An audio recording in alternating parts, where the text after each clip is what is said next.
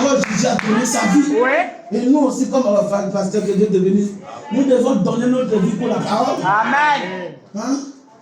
Moi, j'ai toujours dit depuis tout petit, pour la parole, nous mourrons. Amen. Un chrétien est positionné. Tu ne vis pas la parole parce que les frères sont là, parce que le pasteur est là, parce que l'église est là. Même si on t'envoie un Rio là où les femmes dansent, c'est lui, tu dois être enfant de Dieu. Parce que nous prêchons, c'est notre vie que nous prêchons. La vie de souillé, c'est la vie de démon. Moi, j'étais parti en France, j'étais jeune. Papa n'est pas là, maman n'est pas là.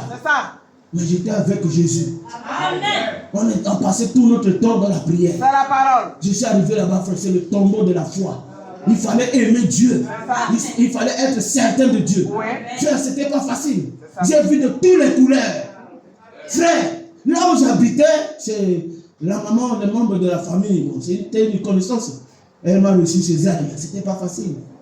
C'était pas facile. Les filles marchaient en bikini dans la maison. Il fallait aimer Dieu. J'ai fait des salles de bain mon endroit de prière. Quand je vois tout ce qui se passe, je viens dans la salle de bain, je dis Seigneur, au secours. Au secours. Alléluia. Je te le prouve sur la parole de Dieu. Alléluia. Il faut profiter de la France, il faut profiter des filles blanches. Comment toi tu viens en France, tu ne veux pas profiter de tous les gens qui viennent en France, les hommes, ils doivent avoir une fille blanche. Hein? Tu dois quand même avoir une femme blanche. Tu dis, je ne peux pas trahir ma foi. Amen. Alléluia. Jusqu'au bout. Alléluia. Ils m'ont traité de fou, de perdu. C'est la vérité, Ils commençaient à se moquer de moi. Les filles venaient me pousser la tête. Ils disent, toi, tu n'es pas un homme. Il n'y a rien chez toi là-bas. Tu es perdu. Alléluia. Ils se moquaient de moi, frère. Mais on avait moqué du prophète, non? C'est la vérité, pasteur. On avait traité le prophète de poule mouillée. Est-ce qu'il avait vendu son droit de naissance? Si vous n'avez pas le Saint-Esprit, ne prenez pas vos billets dans restez chercher d'abord le Saint-Esprit. Frère, regardez notre témoin jusqu'aujourd'hui. Et les gens qui nous disaient des choses, aujourd'hui, ils nous voient presser la parole de Dieu. Dit non, ce garçon, je savais qu'il avait quelque chose. Tu as eux-mêmes qui témoignent. Dit, ah, mon fils là, non, c'est un garçon, c'est un enfant de Dieu. Il aime Dieu. Il aime Dieu, tu ne le vois pas comme ça. C'est parce qu'on a tenu ferme à la parole de Dieu. Et les gens ne tiennent plus ferme à la parole. Ils ont la parole, frère Banam, et tout, mais la vie c'est autre chose. C'est la vérité, pasteur. Ça c'est fouler la grâce que Dieu t'a donnée. C'est la vie qui prêche. Ah oui. Si tu ne vis pas la parole de Dieu, ça ne sert à rien. C'est ça. Ça veut dire que tu es un hypocrite. C'est ça, pasteur. Frère Banam a dit, celui qui est plus dangereux, c'est un soi-disant chrétien. Il voit les frères, il est frère. Il voit les soeurs, il est soeur. Elle est soeur. Mais quand c'est à l'école là-bas, elle a ces petites choses-là. C'est ça. Dieu vous bénisse, pasteur. Elle aussi est plus dans votre église.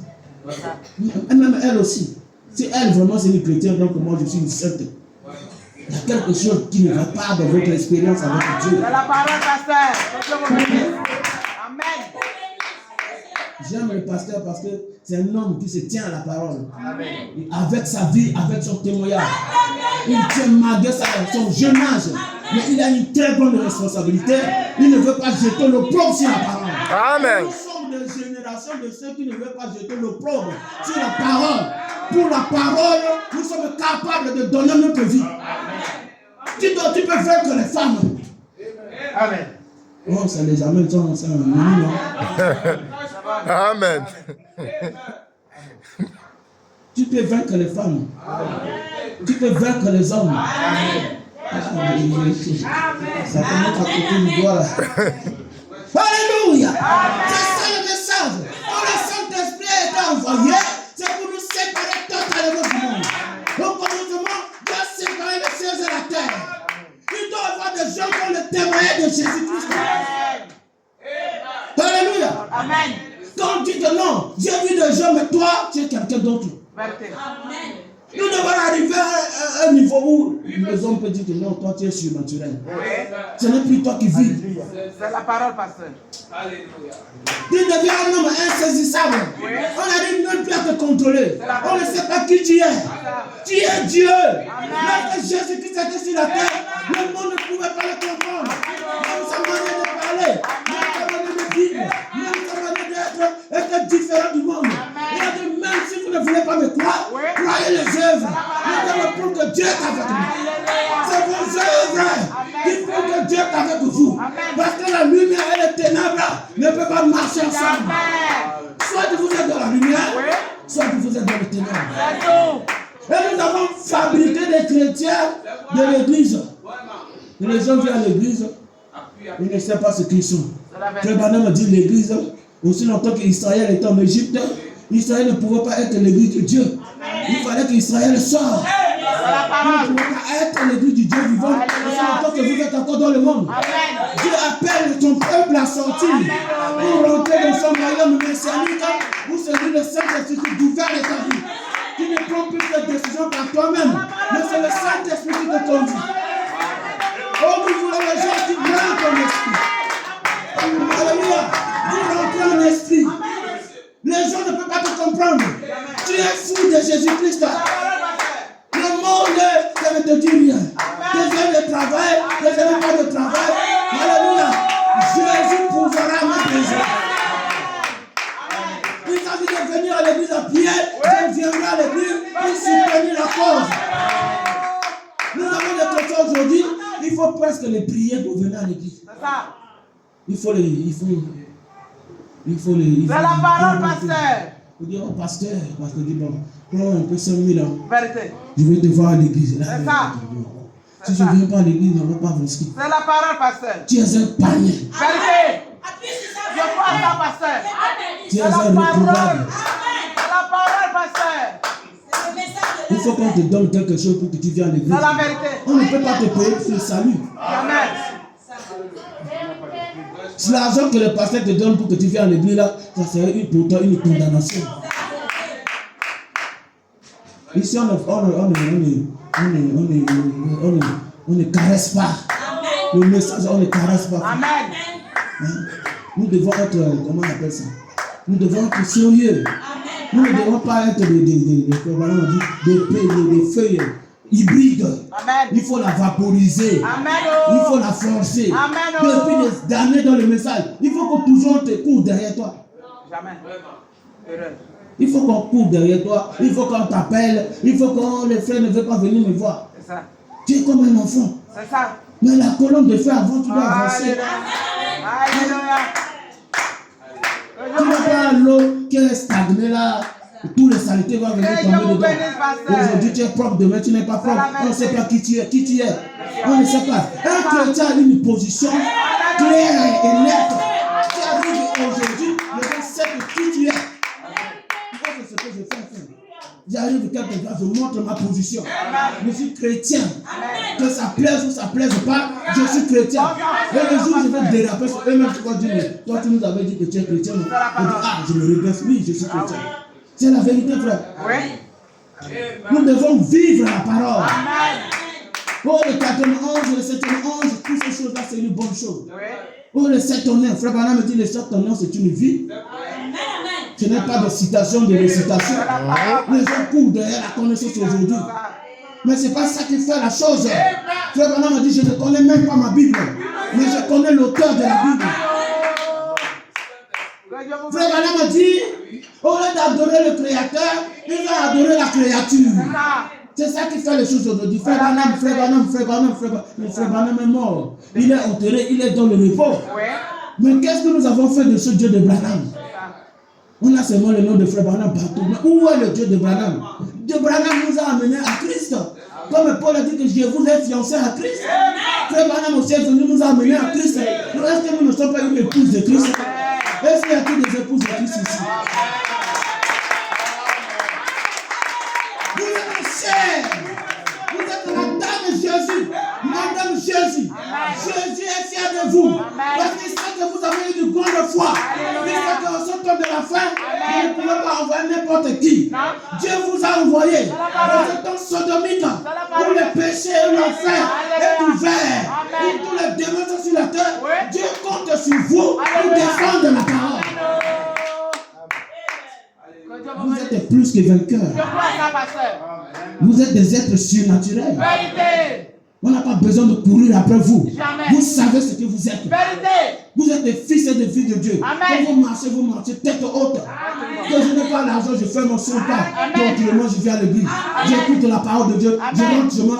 Je le mets en pratique. La parole, pasteur. Tu ne fais plus ta volonté, tu deviens prisonnier de la parole.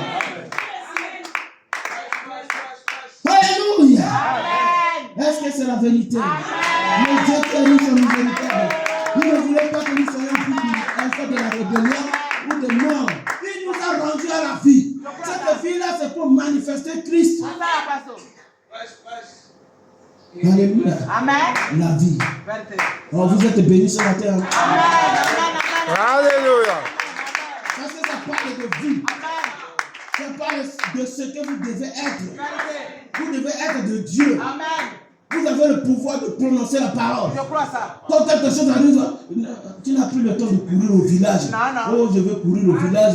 Il y a la tête de mon grand-père là-bas. Quand je touche là, je deviens puissant. Oh, tu ne connais pas ce que tu es. C'est la parole.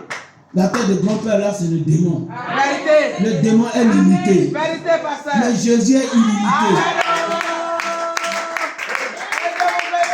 Tu n'es plus dans le village. Tu es à Jésus-Christ. Tu es séparé totalement de coutume. Oh, notre coutume, il y a des choses qu'on ne peut pas laisser. Quand papa voulait mourir, il m'avait donné ça, c'est pour toute la famille. La famille compte sur moi. Ça, c'est là, laisse la famille compter sur toi.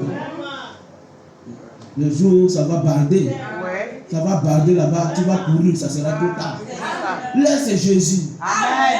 Compte sur Jésus. Amen. Et quand tu as Jésus, si la famille vient, tu vas leur montrer Jésus. C'est la parole. Amen. Amen, pasteur. Oh, j'aime la parole de Dieu. Je crois que nous sommes bénis. Amen. Beaucoup. Le Dieu qui est riche en miséricorde. Amen. Il voulait que nous soyons des fils et des filles de Dieu. Amen. Les prophéties sont déjà accomplies, Ah oui. mais les gens ne voient pas cela. En effet, quand Dieu vous avait dans ses pensées au commencement, forcément que vous, qu'une partie de vous, votre vie qui était en vous maintenant, cette vie maintenant là, Oui. qu'elle devrait être avec Dieu avant que, eh bien, quand avant même qu'il prenne une forme physique ici sur terre, avant qu'il y ait quoi que ce soit, sauf Dieu, vous étiez des attributs. Amen. Il savait quel sera votre nom. Vérité. Alléluia. Amen. Il savait de quelle couleur seraient vos cheveux. Amen. Il savait tout votre sujet. La seule chose qui s'est passée, c'est que quand vous étiez pécheur, Oui. c'est là la chose qui a été passée. Quand vous étiez pécheur, vous ne connaissez pas votre nature. Vous ne connaissez pas ce que vous étiez. Vérité. Comme le pasteur a dit tout à l'heure, le livre, Oui. vous ne connaissez pas votre identité. Oui. Mais quand Dieu s'est révélé à vous, Amen. c'est là où vous connaissez votre identité. Amen. C'est là où la chose a changé. Amen. Ce n'est pas quand vous avez gagné votre premier million. Non. C'est ça que votre vie a changé. Non, c'est lorsque vous avez rencontré Christ. Amen. C'est là où la chose a commencé. Amen. Quand vous étiez dans le monde, vous êtes aveugle. Oui. Vous êtes ennemi de Dieu. Vous êtes enfant de la colère. Les rebelles à Dieu. Mais lorsque vous avez connu Christ, c'est là où la vie est rentrée. C'est la parole, pasteur. Le Banam dit naître de nouveau. Oui. Celui qui est de la chair est chair. Oui. Celui qui est d'esprit, est né de l'esprit, est esprit. Vérité. Nicodème, un grand docteur, il est venu voir Jésus. Comment ferais-je pour naître de nouveau? Il a posé la question. Il dit, mais un grand docteur comme toi ne connaît pas ces choses. Les gens croient que parce que j'ai le diplôme, bac plus 16, c'est ça. Non. Ce n'est pas par l'intellectualisme. C'est avoir la révélation. Quand tu as la révélation de qui est Dieu, tu n'as même pas besoin de bac plus. Tu prononces la parole. Là où tu veux travailler, tu prononces la parole.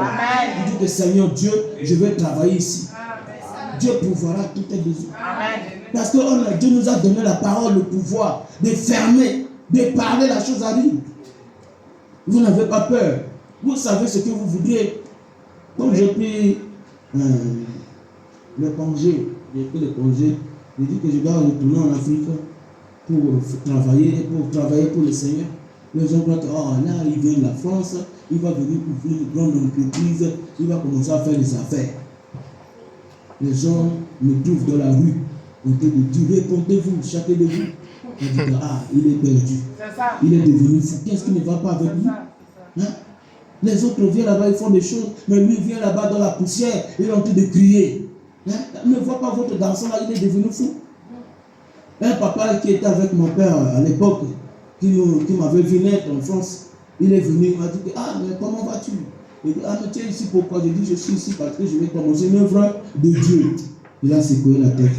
Il a dit, c'est comme s'il avait un problème. Hein? Amen. Alors que tu dois faire quelque chose pour avoir de l'argent. Mais on n'a plus le temps, on doit placer notre idée. Et puis Dieu m'a dit, c'est de là qu'il va me bénir. Amen. Donc ma bénédiction est attachée au service du Seigneur. Amen. Si je ne sers pas Dieu, je ne peux pas être béni. Amen. Que les gens me croient, que les gens me supportent, que les gens ne me supportent pas. Mon problème, c'est de faire la volonté de Dieu.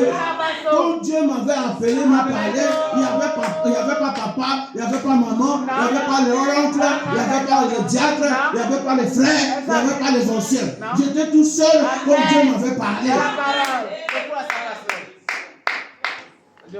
Dieu me tient sur ce que Dieu m'a dit.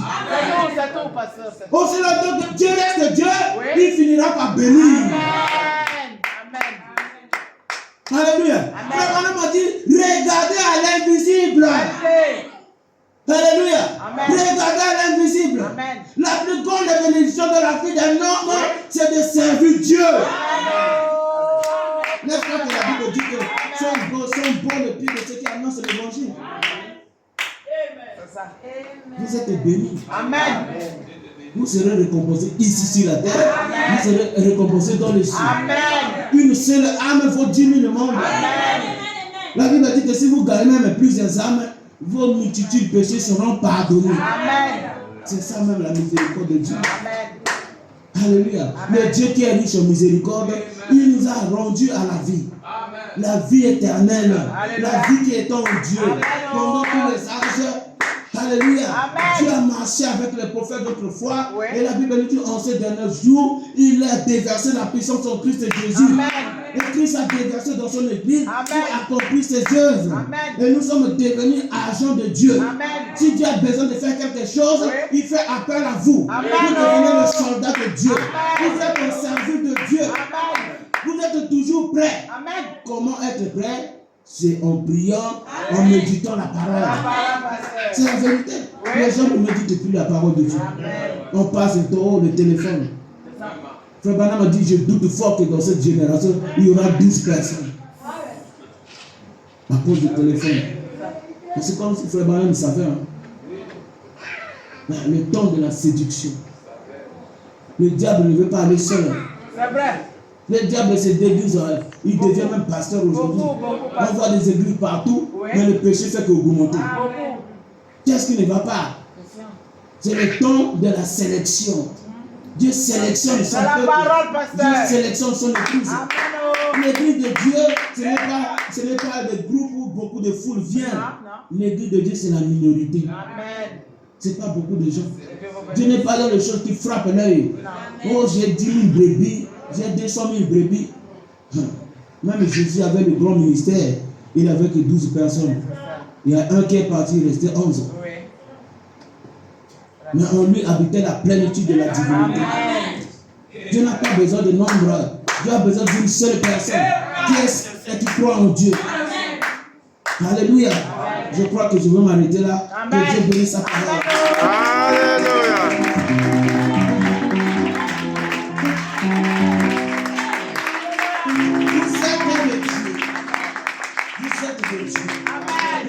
Ne trahissez pas votre épouse. Peu importe la situation que tu as, que tu traverses, Dieu est plus capable.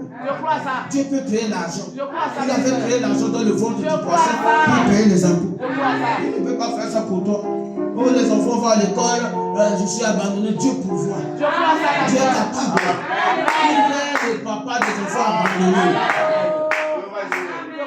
Il pourvoit à tous nos besoins. Il est le mari de veuves. Il est le papa des orphelins. Il est tout ce qui est capable. grâce. Faites confiance à Dieu. Amen. Et Dieu agira. Amen. Je laisse la place au pasteur. Amen. Oh.